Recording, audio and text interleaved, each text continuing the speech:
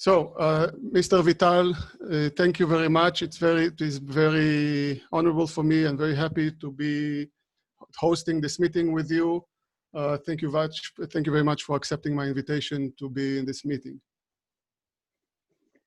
I want to tell directly something. I Please. think already for maybe, I remember even in Belgium when I was coaching, so it has to be almost 10 years, I'm asking for having meetings between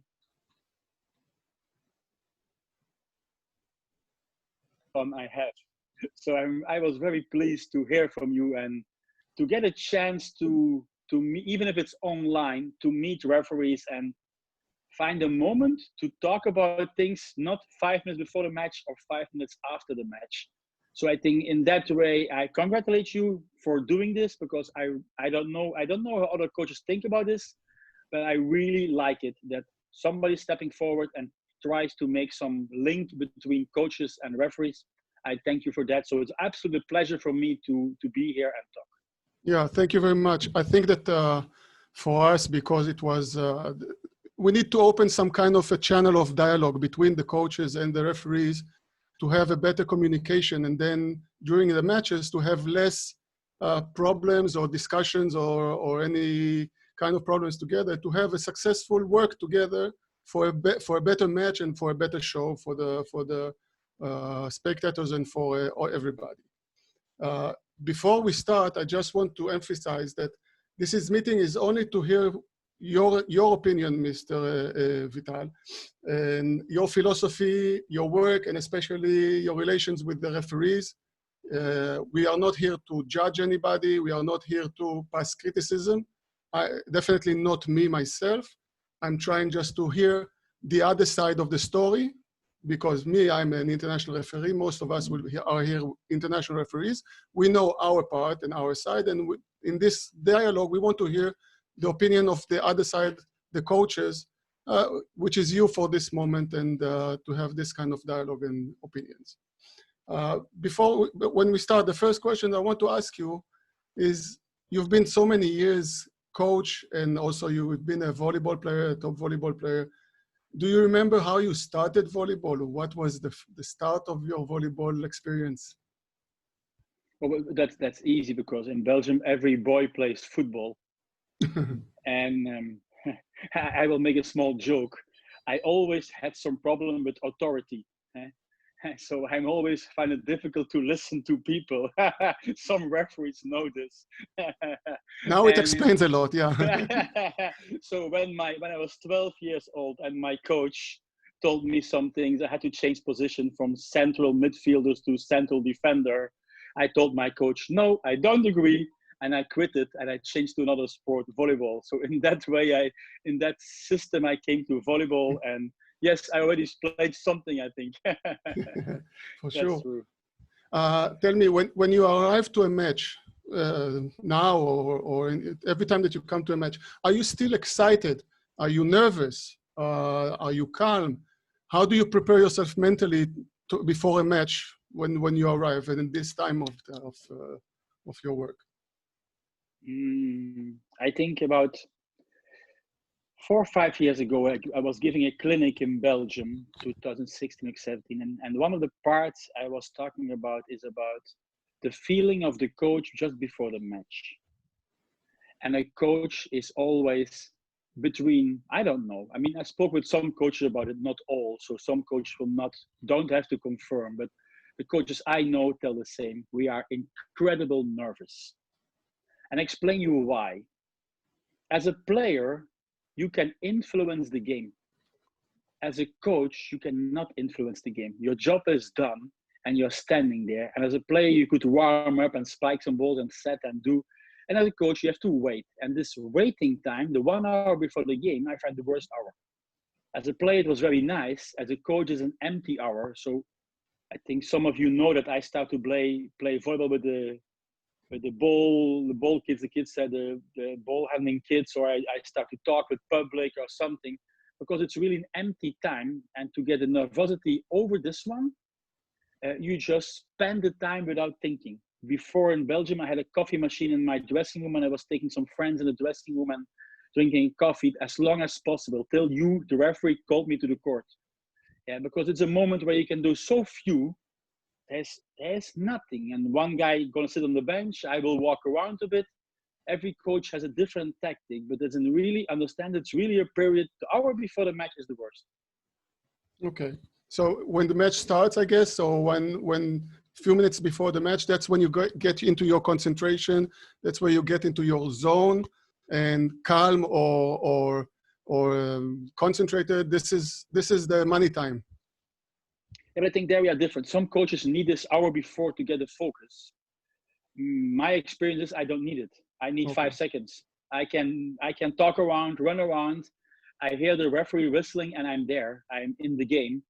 And then it's also the nervosity is gone. From the first serve, I can do something again. I can talk to players, see what's happening. I have some mission again. But the moment till the first ball, I mean, some needed to just relax. Yeah, till I can start working on. Coaching can be working on the side. Okay. Let's talk about rules and refereeing a little bit. I guess you learned well the work of the referees, the rules of the game, the guidelines. You know them very, very, very, very good. How did you get all this information about the refereeing, about the rules, about the guidelines? How do you got all the knowledge about that? Roy, I'm sorry, but my phone was hanging, so you have to repeat the question. Yeah, I guess that you know all the rules very well. You know the guidelines of the referees. You know the job of the referees, because you have a lot of discussion. You are very specific and about knowledge of the rules, which is eventually also comes on the challenges and on the discussions that you have with the referees. How do you get that information? Do you read the rule book? Do you read the guidelines? Do you have any contact with referees learning? First of all, I think one of the reasons I would like to have a meeting between coaches and referees is I think that we coaches, we don't know the rules. Okay. I mean, I know some rules, but I always tell the story. In one of the years, I invited an international referee from Belgium to my club. And he came with the questions who were asked to the referees, like for an exam. Yeah, and I was the best of the team, scoring 4 on 10. And all my players were lower than 4 on 10 in what the referee has to do in a certain moment, showing that we know some rules as a coach. And maybe there are guys who know a lot, but we don't know them all.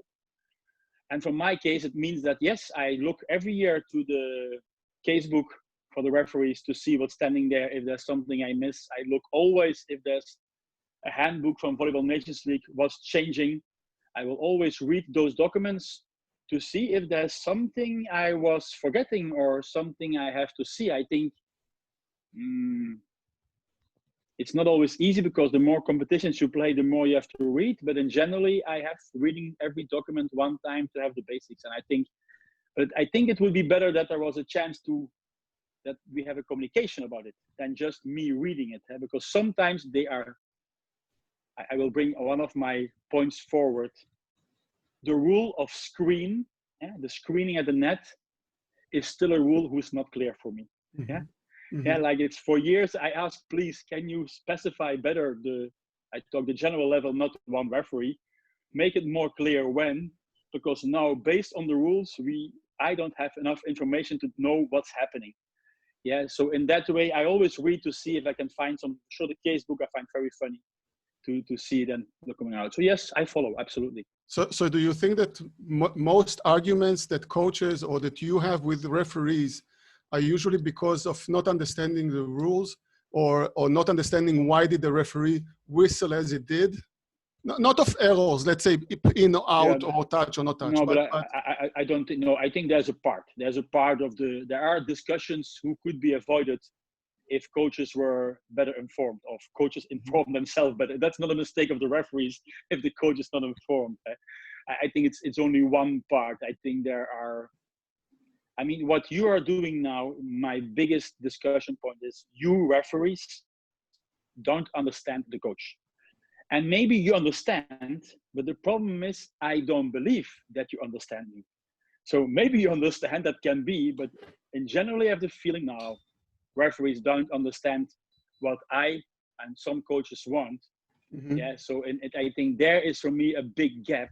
And I think, like I said in the beginning, that's why I really like what you're doing. Doesn't matter where this discussion goes. The starting point is really good, I find. I think that it's not on my duty to try to work on the rules or try to come to an again understanding and try to explain to you why to do that. This is for the professionals, maybe the commissions and stuff like that. But for me, it's more important to understand how you're thinking or how you are, what are your thoughts and what is your philosophy when there is arguments or during the match itself. So let me pass to another thing. We know, and you said also that you had the highest percentage of correct challenges. Yes. From all yes. other coaches. It's the fact. Can you pinpoint why? Why do you have such a high percentage? I mean, I'm very bad, like I said, I'm very bad at listening. Can I explain my philosophy for referees? Please. First, my general philosophy, not to do with challenge, but I would like to do that so that, look, for my players, no, wait, first step is, I think I'm not a bad coach, but I think there are so many good coaches. Some you know, but a lot you don't know. Sometimes I talk to coaches who are not so famous, and then I say, wow, this coach knows more than me. But I think I'm very good in making my players believe that I'm a good coach. The biggest step I can do, I am good in making that the players say, yes, for this coach we want to fight. There was one famous guy called Steve Jobs, and he was selling these laptops from Apple. And everybody reading the book was seeing that the guy took weeks to produce the box where the laptop is in. So I think the way you sell yourself is important. So now I go to referees. I find that the biggest step from a referee is not to be a good referee, but is to be a referee where everybody's believing that he's a good referee. And I think that is what referees sometimes forget for me, because they are good referees. I don't discuss some kind of international level, he doesn't know the rules, but they don't make me believe that they are good referees. That is one point. The second, how I judge referees is, I know it's not an easy job. The same like a volleyball player. I have a very easy concept for my players. My players get always in the beginning of the season a book of acceptable and non-acceptable mistakes. You have mistakes you can make in volleyball. You play volleyball and you cannot avoid it. So that's they get, but some mistakes you cannot make. Okay. If you make acceptable mistakes, I will maybe change you one day, but I will work with you. If you make all the time unacceptable mistakes, you will not belong to my team. Now I bring this to referees. If I discuss with referees, I mean, I think the discussion about a touch in the block with one finger, if there's no challenge, we can discuss for 5 years because it's impossible to see. Yeah. The ball in or out, and really the ones on the outside of the line, it's something we need. If we have no challenge, we discuss for years. So there, to win a challenge and say to a referee, hey, referee, you see I was right. It's maybe nice to do one time, but it's not a value, because this is, for me, clearly acceptable mistakes from a referee. But I think there are sometimes unacceptable mistakes from a referee, and that can make a coach very furious, or like changing him. I think we were talking a bit before, when we will show it later, there are some actions where I think like, wow, but this I find, if you're an international referee, you cannot make this mistake. And then you get a different reaction from a coach. Because that is what I want to show to a referee. Wait, this mistake is the same I do to my players, you cannot make. That's my philosophy. And that's why sometimes, maybe, like you were sending me an image from me and saying it was an extreme move, I was thinking I was sometimes 5 times more extreme than the one you were sending me. So it's not even, like, I understand, but that's the basic philosophy how I judge referees. And for me, the good ones make me believe that they control the game, and when they make mistakes, they make acceptable mistakes. Yeah, then for me, that's my general philosophy for referees. Yeah, but we can understand, we can agree that referees are humans. But I don't want agreement. I don't want agreement. You understand? Like we said, it's very good you understand my point of view. No. I'm trying to say referees are humans, so they make mistakes can happen. Some mistakes are, like you said, are acceptable.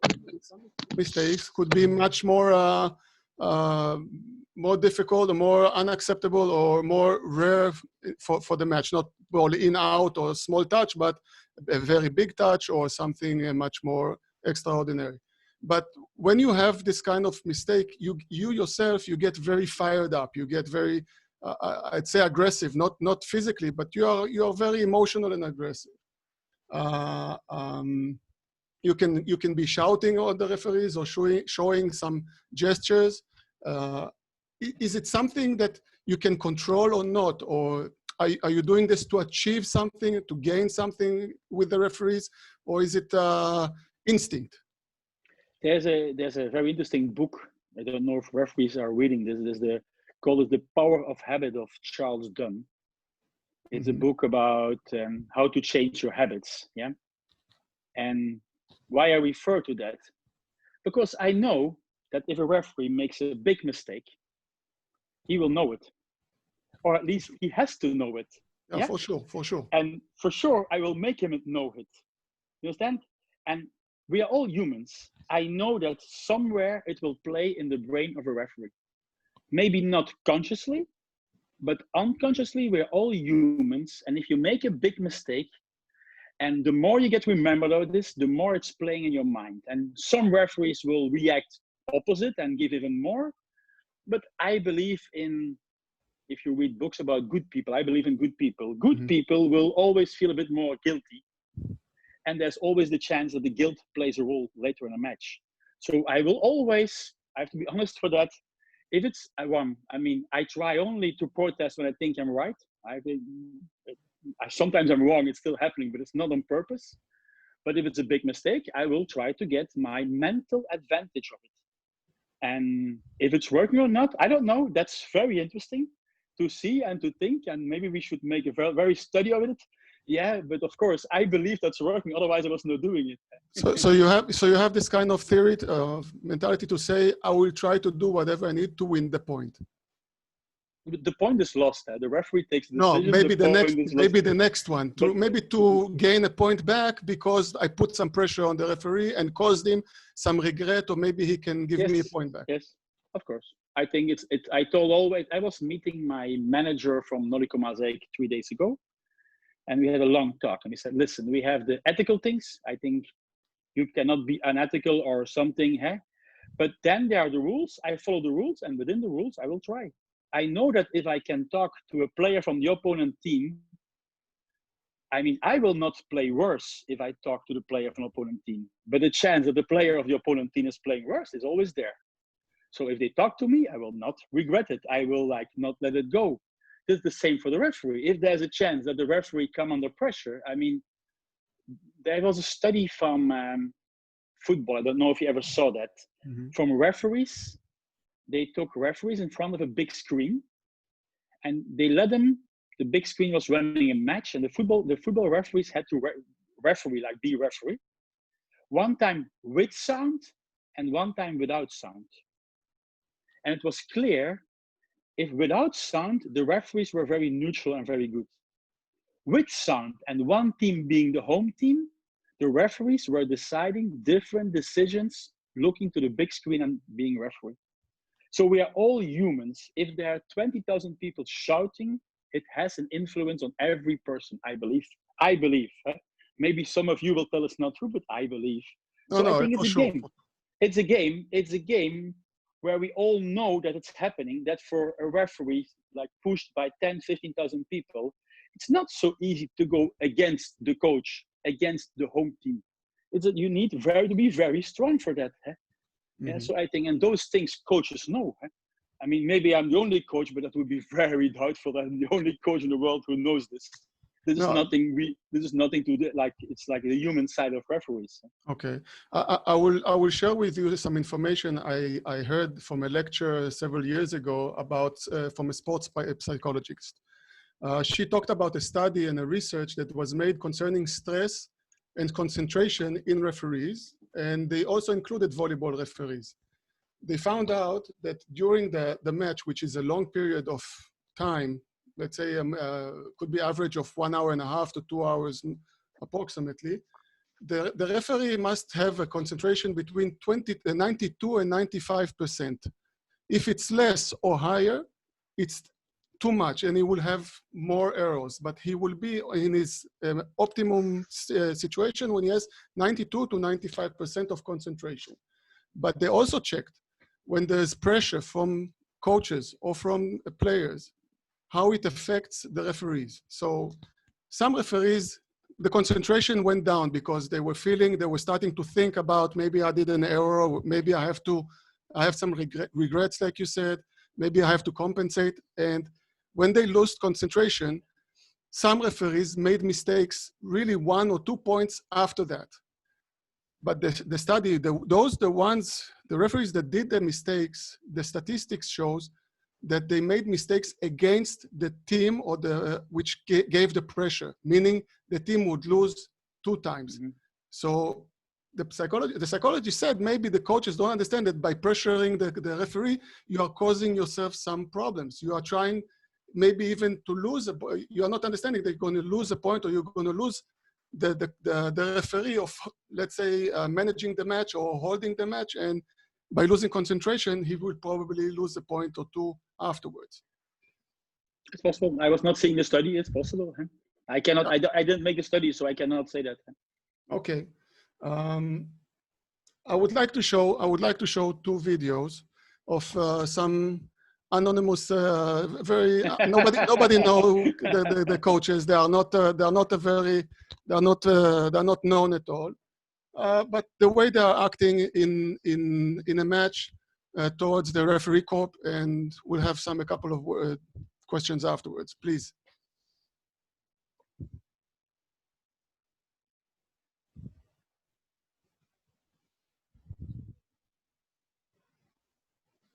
This is from the Grand Prix still, Brazil against USA.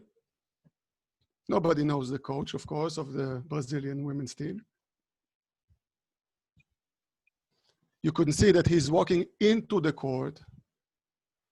He's arguing with the referees about the pressure of the ball walking until the first referee.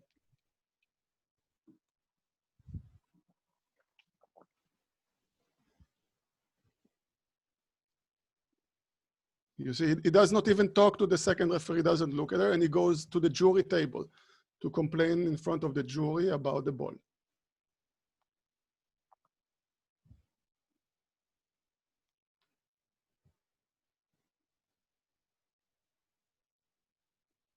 He's shouting on the jury,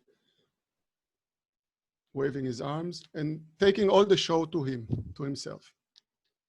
There's a yellow card. We can discuss about that later.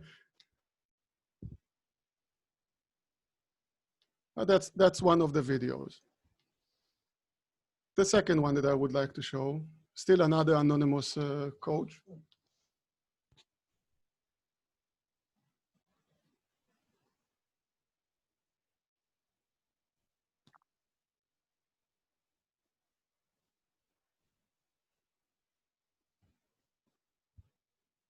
Anybody knows this coach? So the spiker was blocked, and apparently the ball from the block touched the spiker on the way out, but the referee didn't see that. Vital asked for a challenge of antenna to show that there was a touch. This is one of your way of knowing what to challenge to show the correct picture, because if you would challenge net, they would not show it. But this is a good example for good understanding of the challenges. I'm not always sure that the referee is understanding the challenges.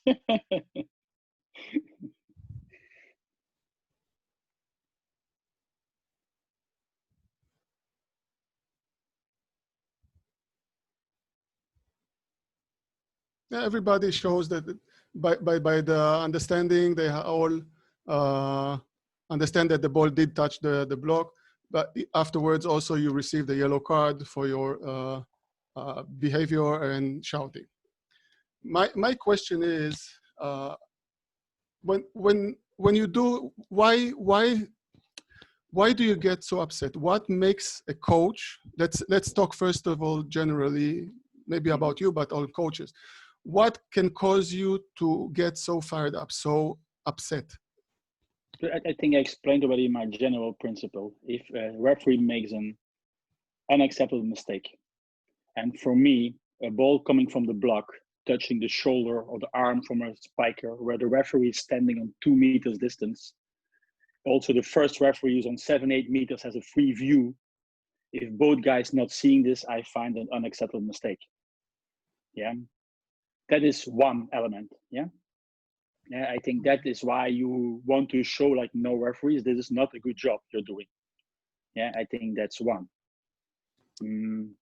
But I would guess you challenged it, meaning you have the tools to change the decision because it was a wrong decision.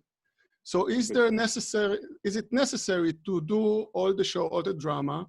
I mean, of course, first of all, by standing in front of the first referee, we have the small part of this video and showing to the referees to open his eyes and pointing at him and stuff like that. These are gestures which are disrespectful, which are borderlining rude conduct. And again, you won the challenge because the challenge, you could use the challenge and you showed that it was a touch. Why is it needed all the drama which comes around it? I think, like I explained, first, I don't think that referees can make unacceptable mistakes. I mean, then you're not a top referee. If you make about a touch in the block with a finger, I will never discuss with a referee because that's hard to see. This kind of things I find you have to see. Mm-hmm. Yeah. Second is you have to look to the match. What's the match? You have an idea which match was.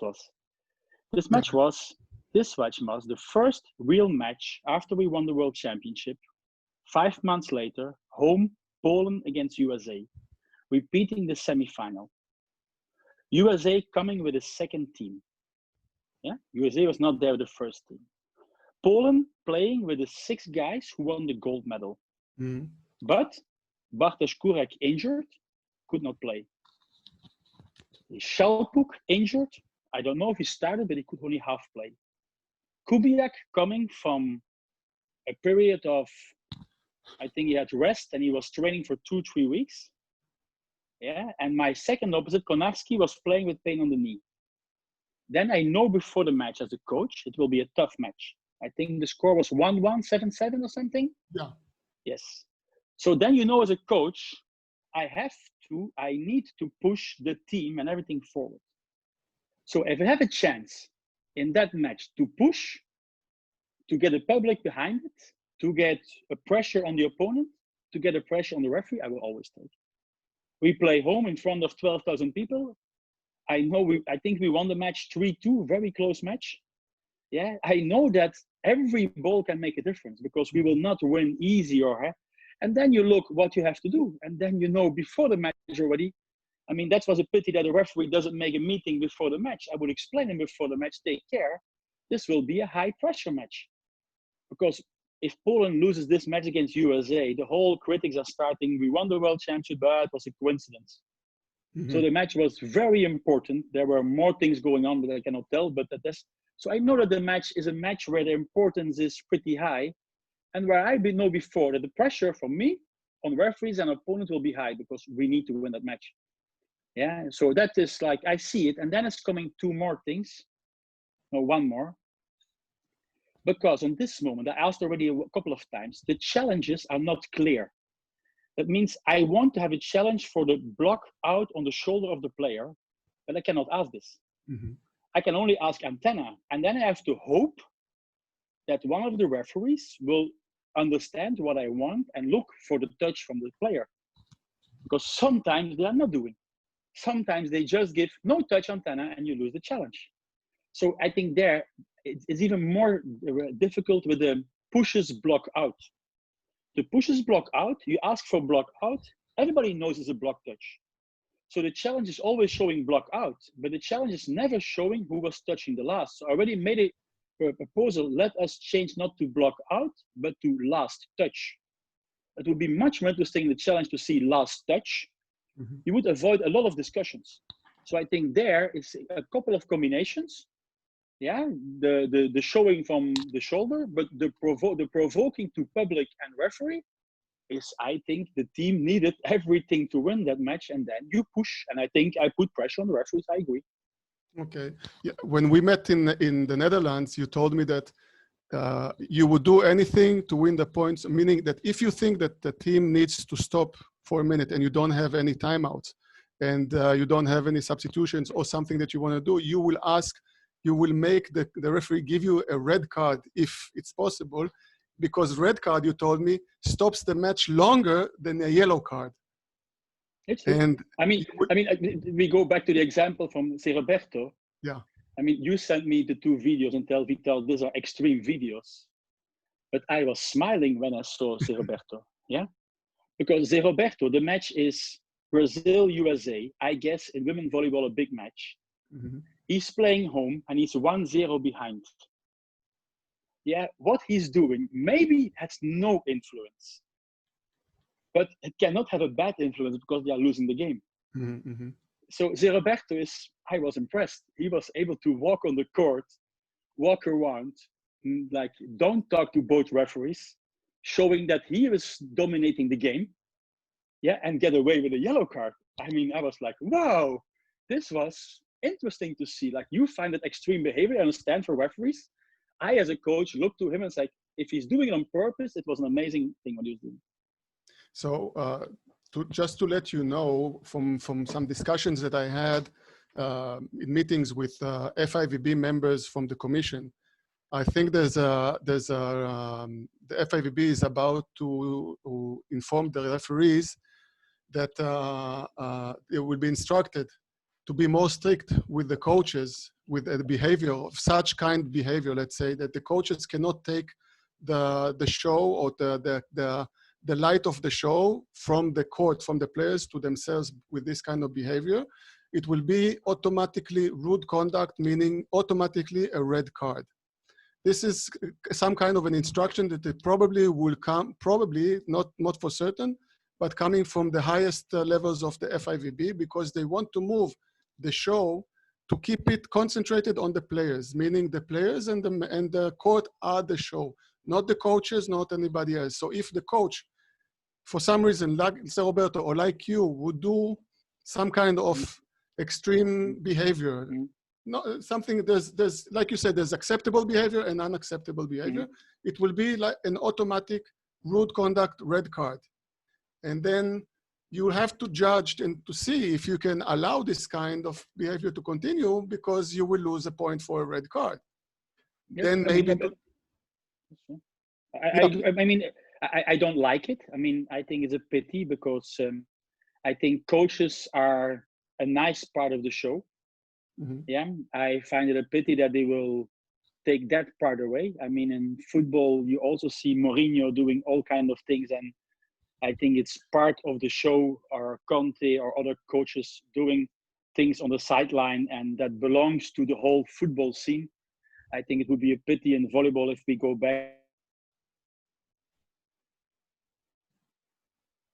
If that's there, I'm the guy first reading the rules as they're coming. I only hope that the rules will be clear. That is all. Huh? I think. I mean, I had one involuntary red card now. In Italy, I took a red card and I was thinking, no, this is not the moment to take a red card. So I made one mistake. But for the rest, I don't think I was taking a red card in the last 10 years where I didn't want to have a red card. Eh?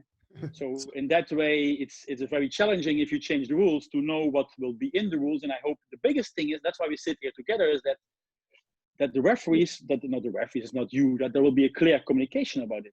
I remember the World Championship 2018, where we play a first pool round, and in the second pool round, there's coming a supervisor referee, and he's explaining the rules different than we were playing the first one of the World Championship. And then I'm shocked, because then we know, like, whoa, and what we do now? They were talking about changing the system of pushing and block out, how to whistle this for a referee. Yeah, and it was not I think I like the change he did, but it was very strange that this was happening for us in the second round of the World Championship. So there, I think as a coach, is our quality to play in on the situation. But like you can see on my video, I get a yellow card, so I played it well, I think. Yeah, That's for my sure. conclusion. Yeah, for probably. Do you think so? Let's say for the future, should referees and coaches before a match, should they have a meeting? Should they have some kind of discussion before the match itself? Do you think it will be give more benefit, more helpful for the match itself? Yes, absolutely.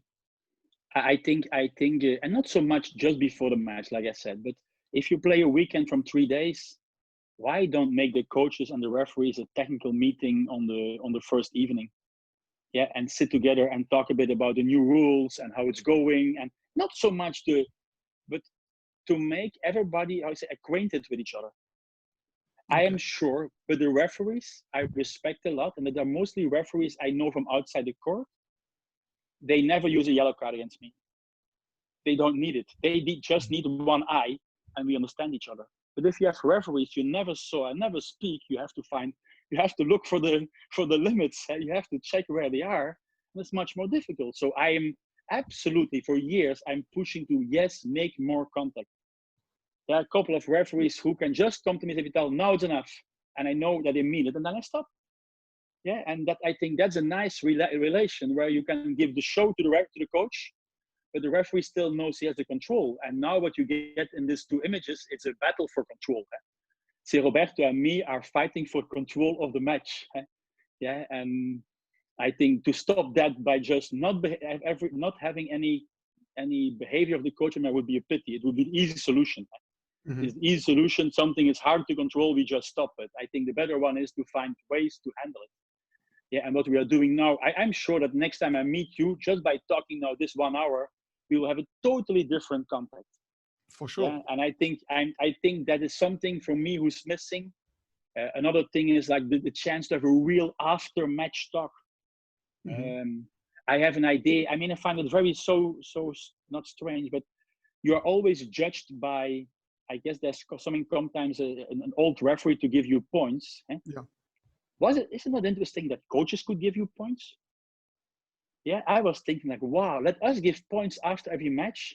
And if we give you less than 5 on 10, we have to tell why. Mm-hmm. And just to see if these points from the coach are coming on the same level as the supervisor is telling. And at least you know a bit of feeling like how the coach was going. Sometimes I go off the court and I go to the ref and say, wow, this was a good match from you.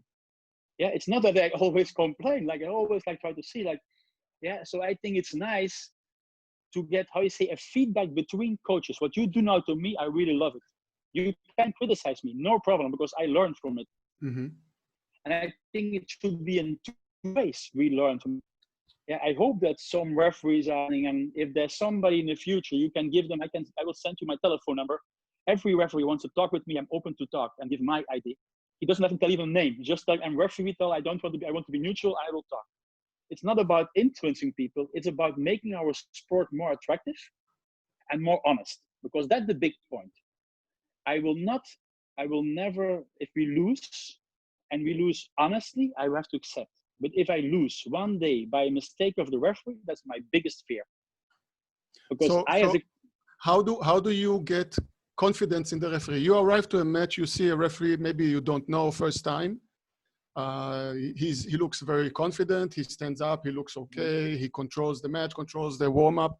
How do you gain, as a coach, confidence in that referee to work together during the match? Like you said, that if he had enough, let's say in the video that we showed, he made a mistake and he didn't see that touch. For you, it's a critical mistake. What would he do?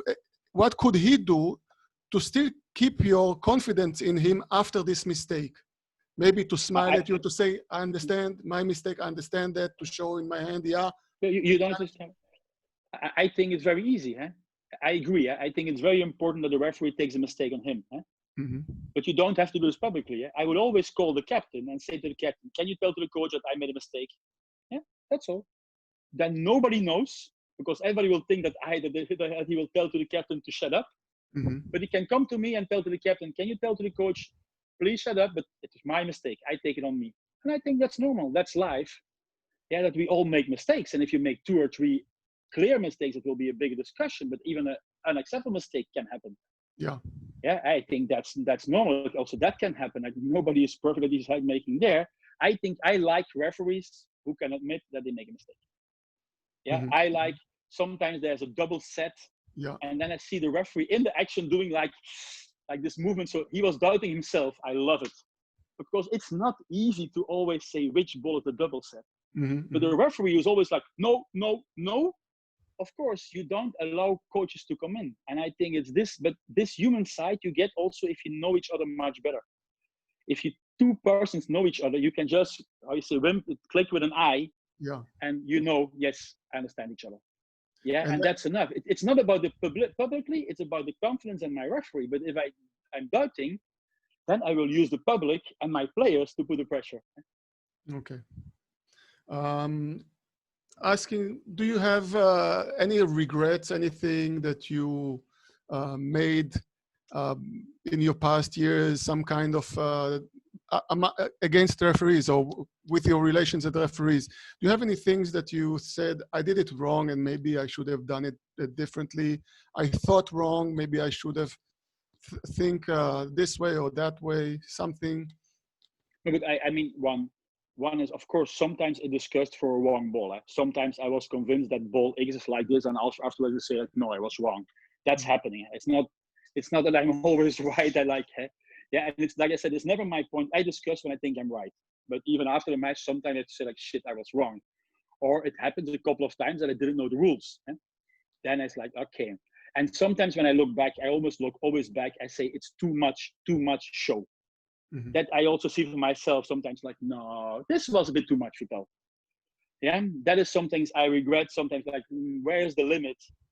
Yeah, where is the limit of pushing and not pushing? So sometimes I find for myself, no, this was too far. And then the next matches I will be aware that I will be a bit lower. But I know for myself that I'm an expressive and guy who is showing emotion. So that I have to often check for myself, like, no, I take care, I'm not going further now. Mm-hmm. Mm-hmm. Now it's enough. And so that is like, if there some referee will show you could have showed other videos where I said, no, Vital, there I was too far. Yeah, this one that he showed, I liked. The one you Okay. showed, I liked, because it was like, I knew that what we needed there and what the Mm-hmm. situation was. And knowing how important is, like in Poland, the idea is that after one good year, you always have a bad year. Yeah. So it was important to show that we can win against USA, even if it was USA B. So I knew I had to push hard. So then, but sometimes I think like, no, this was too far. So that I have. So it's not that I always think that I do perfect. Absolutely not. Would you accept? I mean, do you think that it's needed that coaches learn a little bit about refereeing, about how to implement what do the referee does and thinks when he implements the rules and stuff? Because, like you said, there's not knowing the rules is one thing, but knowing how to use the rules. Because if you're going to learn the rules, I give you the rule book, and you are an excellent student, and I'll make you a test about the rules, a theory test, you'll get 100%. After 10 days, you learn everything, you'll get 100%. But if I'll put you on the chair on top, you will not be a top referee even though you know the rules perfectly. So probably there's some difference between knowing the rules and the implementation, the way the referees work. Do you think that if the coaches would learn or know more about how the referee need to work, would help put the pressure down a little bit, or put the disagreements between? I'm not thinking that. I'm sure of that. Yeah, I'm absolutely sure that it's a big mistake we make. I repeat it. If the lack of communication sometimes leads to those things, it's not the lack of knowledge. Yes, there's a lack of knowledge, Mm-hmm. but should it not be great that a referee is coming after a match and telling Vital, I think the rules are wrong and I have to like this? Sometimes I call. Sometimes I call, for example, the Polish referee or the Italian X1. I don't find his name directly, to help me. Like, this I was thinking about the rules. Am I right? And sometimes he's answering Vital, you're wrong. Yeah, that is not. I still don't know all the rules. So I think yes, I would love it, but I don't know if everybody would love it. I think it is an opening from style from end coaches and from referees, but I don't know. In this moment, in Italy, there's every 2 days a coaches clinic where hundreds of Italian coaches are talking together. I think this never happened. The Corona gave something, a lot of communication. I think it could be like, I come back why not having with the 4 referees and the 4, and every time you meet on the Volleyball Nations League, you talk about one object point. Today we talk about how you whistle the screen, like I told at the beginning, or you talked about how you interpret the challenges. Or this, you can give one small thing to discuss, and then I'm sure, not about what we discuss, but the way, I think we step out in a better way.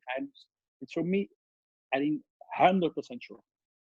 Okay, I think if we will transfer this video, I will try to transfer it to the appropriate persons, maybe in the higher levels, and they can hear this and try. Let's say, you know, before a big tournament, let's say before the Olympics or before the World Nations League, to have even a Zoom meeting of the coaches with 2 or 3 members of the refereeing corps to talk about questions and stuff like that, to have a dialogue. Please, can you explain what will be the screening decision, ABC, stuff like that? And with that, probably the understanding will be much more easier, much easier. Yeah, I think, I mean, in the Volleyball Nations, they stopped with the technical meetings, yeah?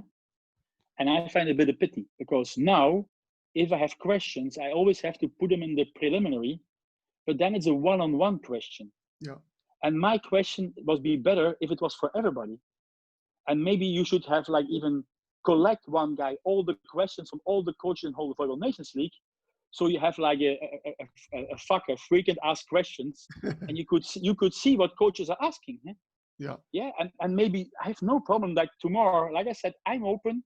Every referee can ask me everything, and I will try to talk honestly what I feel and do. And you can write it down somewhere and have a couple of coaches. And maybe it's also for referees interesting. Like, I think I was even thinking, like, why we don't use an old coach for the referees to explain, not to the referees the rules, but the importance of the match. For example, if tomorrow Poland is playing against Iran, I can tell you that's a match. It's not an easy one politically. So you need to be informed. Yeah. As a referee is coming there neutral, he will never understand this. Maybe this is too clear, but there are a lot of things we coaches know, like, this will be a difficult match. And then you see that the FVB is giving a referee who's young and coming, and then I'm asking myself, you know which risk we take here? So I think there is sometimes a missing, maybe they were thinking well about it, but it's missing this communication. I say, I'm repeating myself, and come on, referees, I'm talking too much. I'm talking too much, referees, tell to me, let me go. Before we end, first of all, I would like to ask you, do you have anything else to add? Anything that you want to say to the referees who are listening now, or will see this video later on? Any things that you want to add before we finish? But I think I make a conclusion from what I was telling all the time, and that is that we have to understand that we are one big group selling our sport. So we should be able to understand. Players should understand coaches. Coaches understand each other. Coaches and players should understand referees. Supervisors understand the whole system, because we are all selling one product. Yeah, and for that, it would be good. The more communication between all those people will lead to a better quality product. Yeah, and I think, and that is what I'm putting myself always forward. I'm ready to communicate, to learn, and also even to adapt things. Yeah, to be, if the goal is to come out to a better product, volleyball. That has to be the goal. Yeah, and I think there I'm behind. And like I said, I want to thank you, Hoy, and all the referees listening. I really appreciate that you open up for a coach talking, for a coach who's sometimes not so nice, and you still open up. So thank you very much for that. Thank you. Thank you very much for being with us and accepting this invitation. I would like to ask anybody who wants to ask any questions, you can unmute and ask your questions if there's any questions to Mr. Heynen. Apparently everybody fell asleep. They are afraid of me. No, but I think it's okay. They didn't see you yet on court to know exactly how it's I was told, you know, there's Mr. Heynen off court and there's on court. Yes. Mr. Laszlo Herpai doesn't have a microphone, so he wants to tell to you, Mr. Heynen, that you need to take this, what you said, to the coaches commission of the FIPB, and they will listen, because it goes in parallel. This thing about communication and selling the sport and that we are the one team, the refereeing corps, the coaches and the team, and of course the players who are at the center of attention. So talk to them, write to them, and we'll maybe can make it happen. So this is not from me only, this is from Laszlo Herpai, who is the member of the FIVB Refereeing Commission and the Rules of the Game Commission. Thank you. Okay. So again, Mr. Heynen, thank you very much for joining us. It was a big pleasure. It was very, very informative and very educational. I think, I hope that this is the beginning of a lot of talking together and opening a communication and working together for successful matches. And eventually we're going to have arguments and we're going to have this, misunderstandings and stuff like that. But this is part of the match itself. We have to pass it in an easy way and cooperative way to have a good match and a good show. Thank you very much again for showing with us. I will upload this video to the YouTube, and we'll send everybody the link. And hopefully, if next time we're going to have another meeting together, I reserve my right to ask for another invitation from you. I'm always there to help you. Thank you for everybody. And you see that we finished exactly in 1 hour, so you can go for your dinner. You said to me in Belgium, 6 o'clock. 6 o'clock point, you have to go to dinner. So thank you again, everybody. Have a good evening. Bye. Thank you. Thank you. Bye-bye.